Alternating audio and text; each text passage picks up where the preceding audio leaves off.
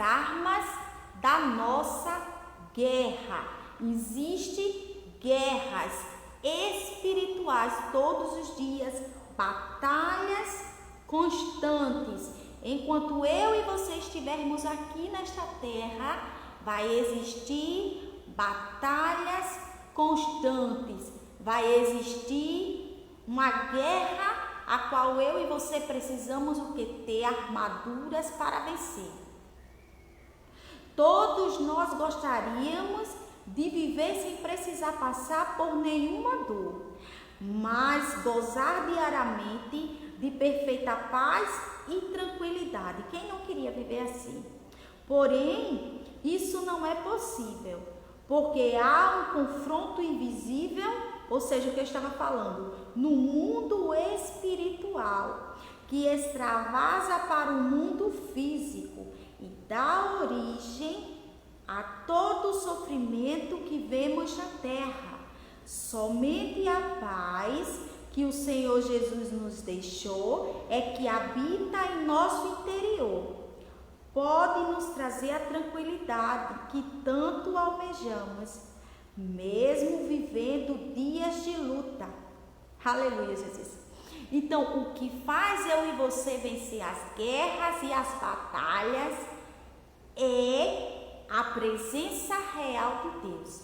Boa tarde, irmã. Paz do Senhor Jesus. Seja bem-vinda. É a presença real do Espírito Santo.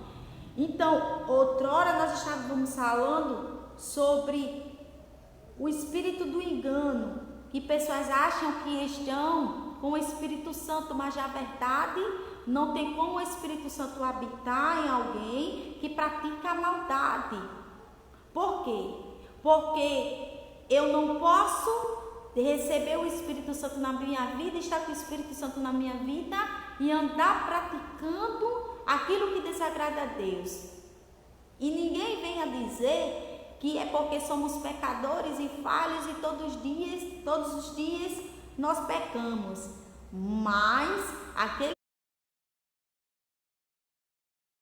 pecado, porque ele sabe que o pecado faz separação do homem de Deus. E aqui diz, mesmo, e essa quietude pode ser desfrutada em diferentes níveis, dependendo da nossa entrega a Deus. Quer dizer, quanto mais obedecemos a Ele e manifestamos a fé, mais a nossa confiança nele aumenta e automaticamente menos ansiedade, apreensão e medo. Passamos a ter diante das lutas essa paz. Não significa ausência de problemas, de tribulações ou de perigos. Contudo, ela nos traz a segurança que prevaleceremos sobre os nossos problemas. Vivemos num mundo dominado por ódio, enganos, guerras e egoísmo. Por isso as Escrituras nos recomenda a nos apossarmos da armadura de Deus. Aleluia, Jesus. Essa foi a advertência que o Espírito Santo, no Senhor e na força do seu poder, ele diz: revestir-vos de toda a armadura de Deus, para que possais estar firme contra as astutas ciladas do diabo. Efésios 6, 10, 11. Diariamente, constantemente, nós somos o quê? Nós somos todos os dias pelo inimigo, nós somos confrontados. Por que nós somos confrontados? Porque ele sabe que a partir do momento que eu e você estamos realmente querendo viver somente para Cristo, nós somos imediatamente reconhecidos no inferno como verdadeiros adoradores. E é a partir de aí que virão as guerras. Por quê? Porque estas guerras ela vai fazer com que a minha e a tua fé, ela cresça cada vez mais em Cristo Jesus. Então, é necessário, a paz do Senhor Jesus, é necessário que eu e você estejamos revestidos das armaduras de Deus, revestidos do poder real do Espírito Santo com a assunção verdadeira, sem nenhum dolor, sem nenhum engano e sem nenhuma mácula. Quando eu falo sem dolor e sem mácula, eu estou dizendo não que a palavra do Senhor mesmo diz: sede santos como eu sou. Muitos dizem, mas não existe ninguém santo, mas existe sim um povo remido, separado e levantado por Cristo. Estes são aqueles que fogem do pecado, estes são aqueles que agradam a Deus, santificam o lugar, santificam a sua casa, santificam o seu leito, purifica suas vestes, purifica suas mãos. São pessoas compactuantes para o reino de Cristo e pessoas que não toleram o pecado. Boa tarde, minha irmã, seja bem-vinda. Boa tarde, a paz do Senhor Jesus. Então, aqui está Deus falando com cada um de nós que é preciso aí você se fortalecer e se revestir. Porque se eu e você não se fortalece, se eu e você não se reveste, se eu e você não alimenta o nosso espírito, como eu e você venceremos estas guerras? Como eu e você seremos reconhecidos dentro do inferno como filhos verdadeiros, legítimos de Deus e co-herdeiros com Cristo? Como vamos receber a autoridade vinda da parte de Deus? Olha, a autoridade só vem para quem foge do pecado.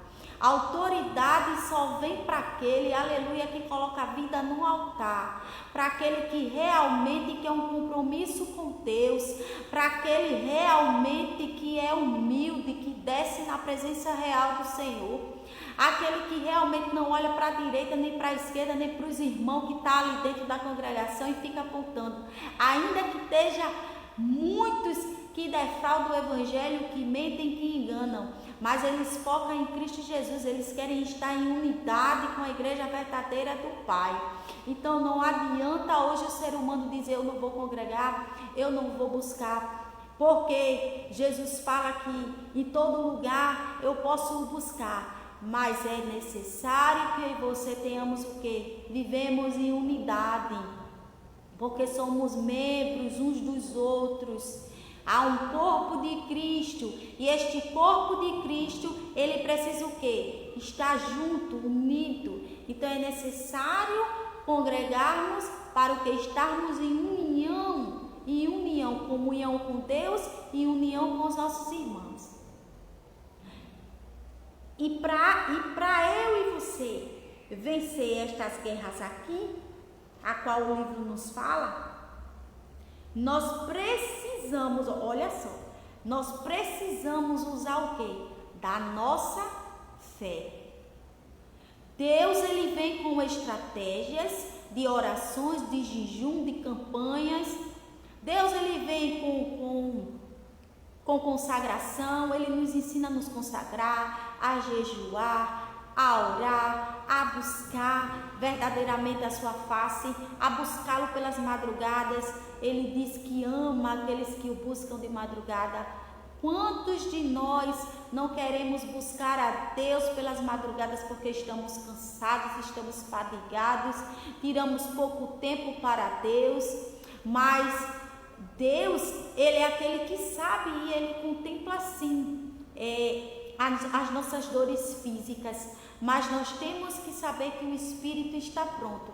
E se eu e você alimentar mais o Espírito, nós iremos o quê? Nos fortalecer no Espírito, ainda que a nossa carne o quê? Ela seja fraca.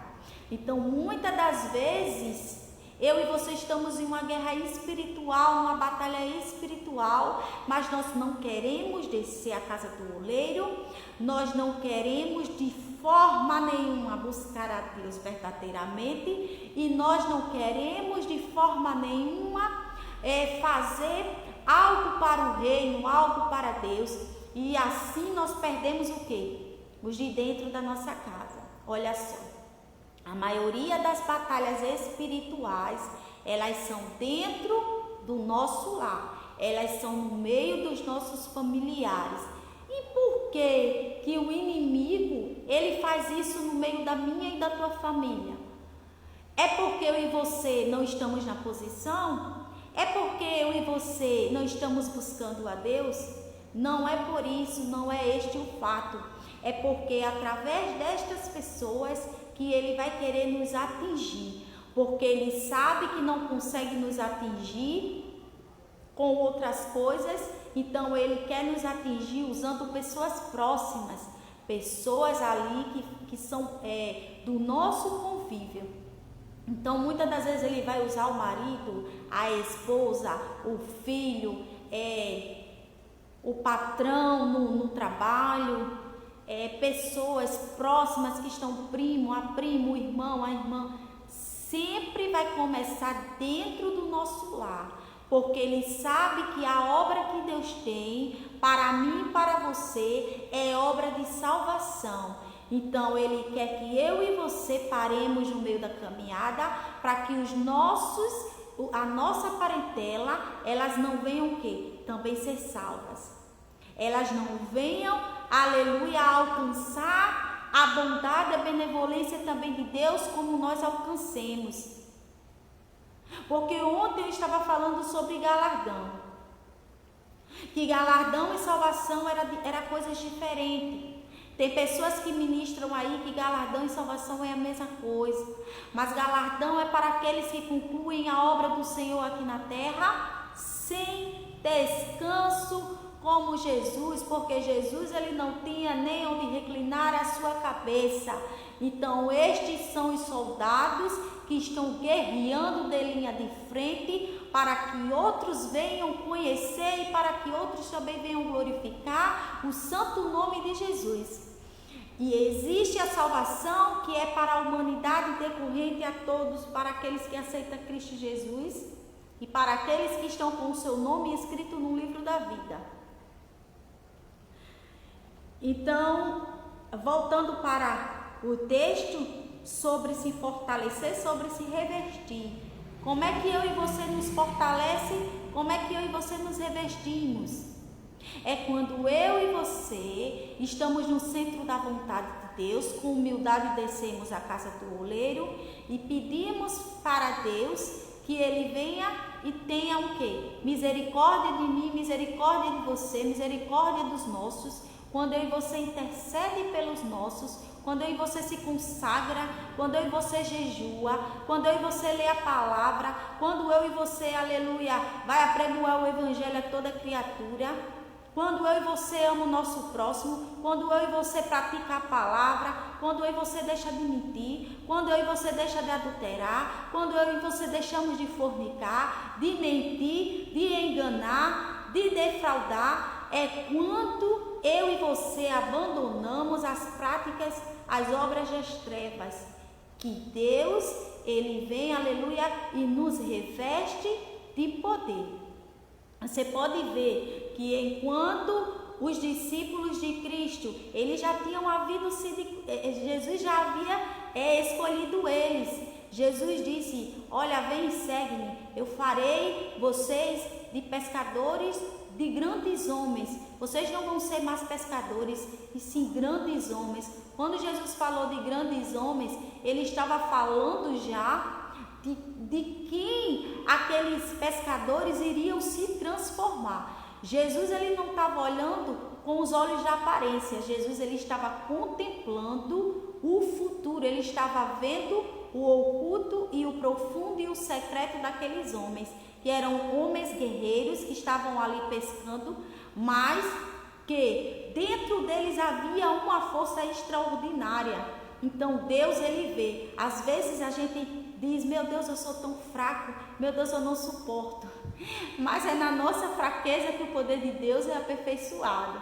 Então Deus, quando Ele escolhe, Ele não olha para a nossa aparência, Ele não vê o teu cabelo, Ele não vê a tua cor, Ele não vê o teu estudo, Ele não vê a faculdade que você fez, se você tem o dom da caridade, se você tem o dom do amor, não.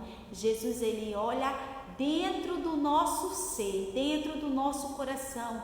Então Ele já cria uma nova história através daquilo que Ele vê. E quando Ele vê, aleluia, Ele escolhe. E quando Ele escolhe, veja só, Ele escolhe e Ele te leva para um lugar, e naquele lugar é que eu e você iremos o quê? Ter um encontro verdadeiro com Ele. Nesse encontro verdadeiro com Cristo, nós vamos o quê? Receber, sermos revestidos de poder. Aconteceu isso com os discípulos, olha, ficai aí em Jerusalém, até que sejais revestidos de poder. Não adiantava os discípulos, eles conheciam Jesus, eles andavam com Jesus, eles estavam ali constantemente, mas eles ainda não eram revestidos de poder, eles ainda não tinham recebido o seu Santo Espírito, eles ainda, aleluia, não tinham desfrutado plenamente do poder de Deus. Eles viam com os olhos, mas não sentiam com o coração. E a partir daí que eu quero chegar, porque quando eles estavam lá em Jerusalém, que eles estavam esperando para serem revestidos de poder, você pode ver que havia também outros que estavam ali, mas alguns desistiram. Se a gente for para a teologia, nós vamos entender que havia mais do que nós possamos aqui imaginar naquele lugar. Por quê? Porque os discípulos, eles foram, mesmo eles ainda não estando revestidos de poder, eles conversavam entre si, eles falavam entre si, olha, Jesus disse que nós temos que ficar em Jerusalém, Jesus disse que nós temos que ficar aqui e esperar por Ele. Então muitos também, boa tarde, a paz do Senhor Jesus, muitos também estavam ali não só para receber, mas para ver. Uma certa curiosidade despertou no povo. Então os curiosos, aqueles que eram curiosos, estes não permaneceram. Por quê? Porque não souberam esperar. E a partir do momento que o Espírito Santo desce sobre eles, que eles começam a falar na sua língua materna, ia passando algumas pessoas ali e disseram, por que estes homens, sendo judeus, eles estão falando desta forma, desta maneira, estão falando na nossa língua? Olha só o trabalhar de Deus. Ali havia muitas pessoas que iam em Jerusalém, ao redor daquela cidade, mas quando estas pessoas foram lá, elas ouviram eles falarem em outras línguas, na língua materna deles. Então eles diziam entre si, mas o que é isso? Eles se maravilharam com o poder de Deus. Porque aonde chega a unção verdadeira de Deus, as pessoas são impactadas. Essa é a verdade. Existe um impacto tanto no mundo espiritual como no mundo físico. No mundo espiritual, por quê? Porque no mundo espiritual está acontecendo algo que Deus pode estar desfazendo ou que Deus está fazendo para trazer o quê? Para o material. Pode ser uma porta de emprego, pode ser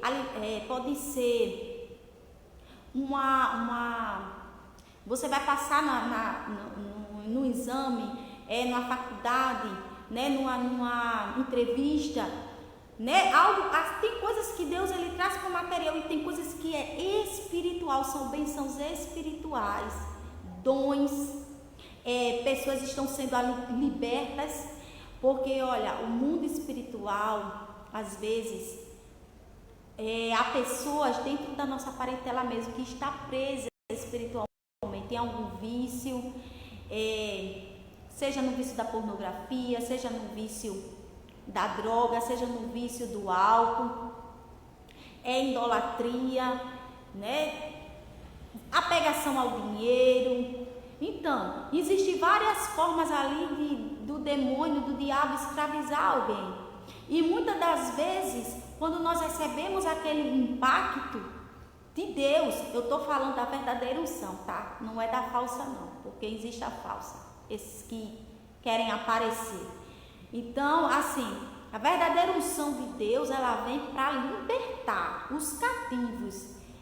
Quando Jesus ele vem para a terra, todo o seu ministério, você não vê Jesus fazendo outra coisa senão não libertando os cativos.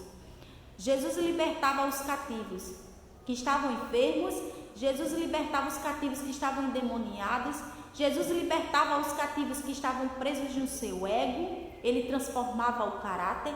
Então, Jesus ele não veio para o mundo senão para salvar a humanidade e libertar os cativos. Então, esse é o dever de cada um de nós cristãos. Depois que formos revestidos deste poder, é também ir e pregar o evangelho para outros, ir e pregar o evangelho verdadeiro, aquilo que Deus ele colocou no meu e no teu coração. Ele não quer que fique só para mim e para você. É certo que tem milagres que é só para nós, mas tem milagres que é para que o mundo reconheça que só há um Deus, que só há um Senhor e Salvador. Então, aquilo que eu e você aprende, nós não podemos ficar calados. Nós temos que o quê? Que dialogar com outras pessoas. Ah, Jesus, ele curou a minha filha, ele curou a minha mãe, ele libertou, ele salvou. Eu não posso me envergonhar do evangelho. Eu tenho que gritar para os quatro ventos, para os quatro cantos da terra. Jesus, ele faz, ele é, e mesmo que ele não faça, e mesmo que eu tenha passado pelas dores, pelas provações, Deus sempre esteve comigo. E se eu passei, você também vai passar. Porque quando eu perdi meu irmão jovem, muito jovem, né? Eu perdi aqui, no mundo material, mas eu creio que ele está com Cristo Jesus. Eu não entendia, eu dizia, Senhor, mas eu orei, eu intercedi, mas a minha mãe, nós jejuamos, nós buscamos por ele, o Senhor deu a vida a ele estava no leito de morte, a pele dele tinha caído todinha por uma doença que ele tinha usado muito entorpecente. E nós intercedemos e Deus curou, deu a ele uma nova pele. E a partir dali ele estava buscando a Deus. Depois ele teve recaídas de novo, que não é fácil, o vício não é fácil. Só quem tem na família sabe como é difícil. E nós buscamos por ele, mas chegou um tempo, meus irmãos, que Jesus ele disse, olha, muda a tua oração. Deus tocou no coração da minha mãe. Porque todos estes livramentos que eu tenho dado para ele não tem me honrado. Deus falou com a minha mãe, ele não tem me honrado, ele não tem buscado a verdade, ele não tem se entregado verdadeiramente a mim. Então assim, a minha mãe começou a mudar a oração dela. A minha mãe disse, Senhor, se eu perder ele, que seja para ti. Porque, Senhor, eu não aguento mais este sofrimento, né? Você sabe que quem desonra pai e mãe, estes eles não duram muito tempo sobre a terra. Por isso que há muitos jovens perdendo a sua vida, né? Neste mundo aí das drogas. Por quê? Porque eles não obedecem pai e mãe. A palavra de Deus vai nos dizer que nós temos que obedecer ao nosso pai e à nossa mãe, para que os nossos dias eles sejam prolongados na terra. Então, é um mandamento. E muitos dos jovens não querem, né, obedecer ao seu pai e à sua mãe. E ele foi desobediente. E aconteceu o que aconteceu com ele, que não convém eu falar aqui, mas eu creio que ele está sim com Cristo Jesus. Por quê? Porque antes disso acontecer, Deus me levou lá. E eu comecei a falar com ele, e ele foi e aceitou a Cristo, né, de volta. E eu creio, e Deus também, ele já abrandou meu coração da minha mãe. Nós sabemos que naquele grande dia, se eu e ela também permanecermos fiéis com Cristo, nós o veremos novamente. Então, assim, nós não podemos de forma nenhuma, de jeito nenhum, pedir para Deus algo que a outra pessoa ela não quer. Nós oramos, nós jejuamos, nós buscamos, mas chega uma hora a qual Deus ele vai tratar da pessoa, e Deus começa a tratar, Deus começa a provar, Deus começa a retirar coisas dela, e ela acha que não é Deus ali, ela acha que é ela que está fazendo alguma coisa errada, mas não é. Às vezes é o próprio Deus, né, ali tratando a pessoa, curando a pessoa, porque existe chagas, meus irmãos, que Deus ele até cura, mas muitas das vezes ela volta e abre-se a ferida. Por quê? Porque nós voltamos a praticar o erro, nós voltamos a praticar o pecado. E foi o que aconteceu com ele, né? Ele não queria nada com nada, não queria, né, saber de Deus. Então, saber de Deus aqui na terra, né? Porque existem vasos de honra, a qual honrará o nome do Senhor aqui na terra, que é através das obras para o reino, e existem os vasos de desonra, mas porém Deus não fala que esses vasos de desonra serão lançados no inferno. Deus está falando vasos de desonra porque eles não querem ser um vaso para glorificar o nome do Senhor aqui nesta terra.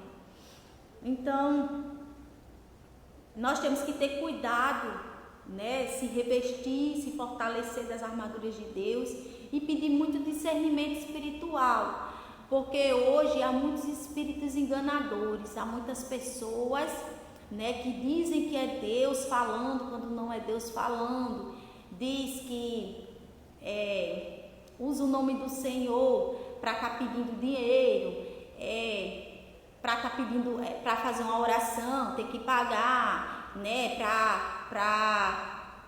para o seu filho ser curado, você tem que subir no monte não sei quantos dias. Olha, eu vou falar uma coisa. Jesus ele fala na sua palavra que existe o sacrifício do tolo. O sacrifício do tolo é aquele que ele acha que por fazer demais para Deus, que nunca é demais, porque o que Jesus fez por nós nunca vamos conseguir pagar. Mas na mente destas pessoas, elas acham